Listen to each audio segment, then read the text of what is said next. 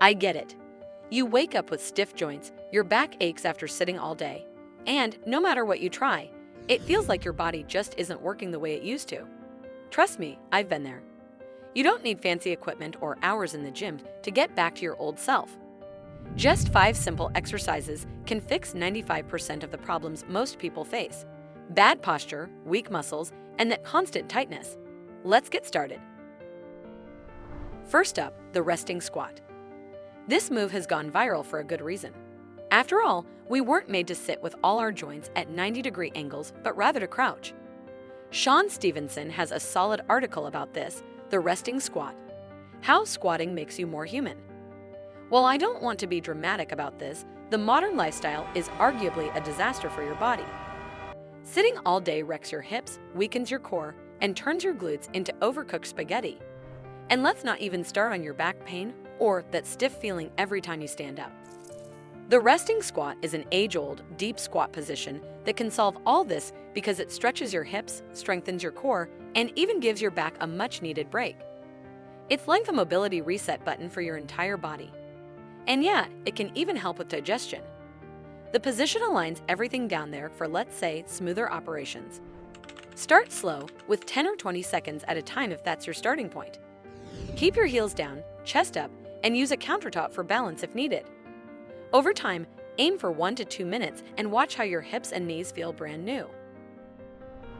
Let's move on to bird dogs.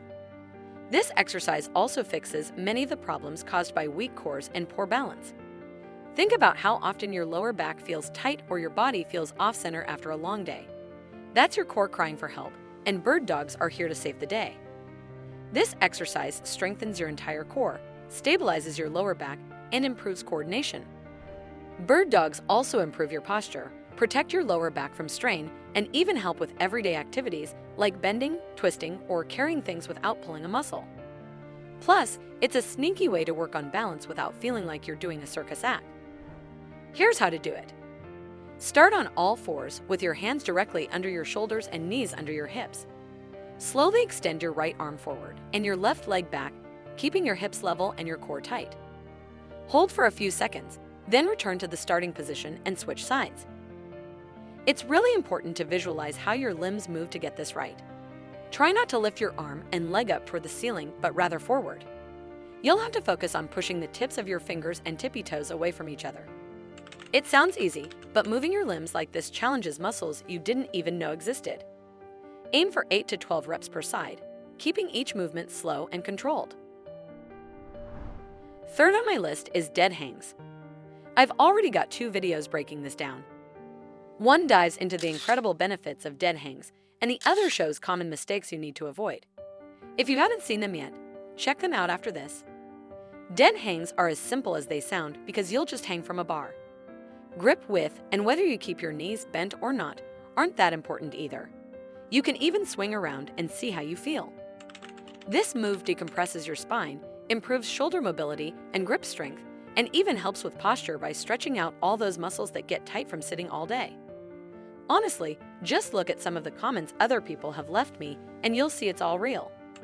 Of course, I wouldn't advise you to do dead hangs if you have shoulder hypermobility or muscle strain. Here's how to start if you're feeling up to it. Find a sturdy pull-up bar or even a doorway bar at home. Grip it with your hands slightly wider than shoulder width apart and let your body hang naturally. Relax your shoulders, but keep your core engaged. Start with 20 seconds and work your way up to a minute or more as you get stronger. As a side note, if you haven't worked out for a longer time and maybe are also overweight, I'd advise you to also look into strengthening your core before doing this move. Basically, do the other 4 moves in this video for a couple of weeks before you try dead hangs. Push-ups are another good exercise here. They target your chest, shoulders, triceps, and even your core. If you've been skipping them, you're leaving gains on the table. Weak chest muscles are a significant cause of slouching, which leads to lots of back and neck pain. Push-ups can help grow your strength in the long run because they're scalable. Whether you're doing them on your knees, with your hands elevated, or cranking out clap push-ups, there's a variation for everyone. As a side note, I also have a video on how many push-ups per day you need to build muscle based on different goals and fitness levels. If you're a beginner, I advise you to start doing 2 to 5 push-ups throughout the day whenever you can.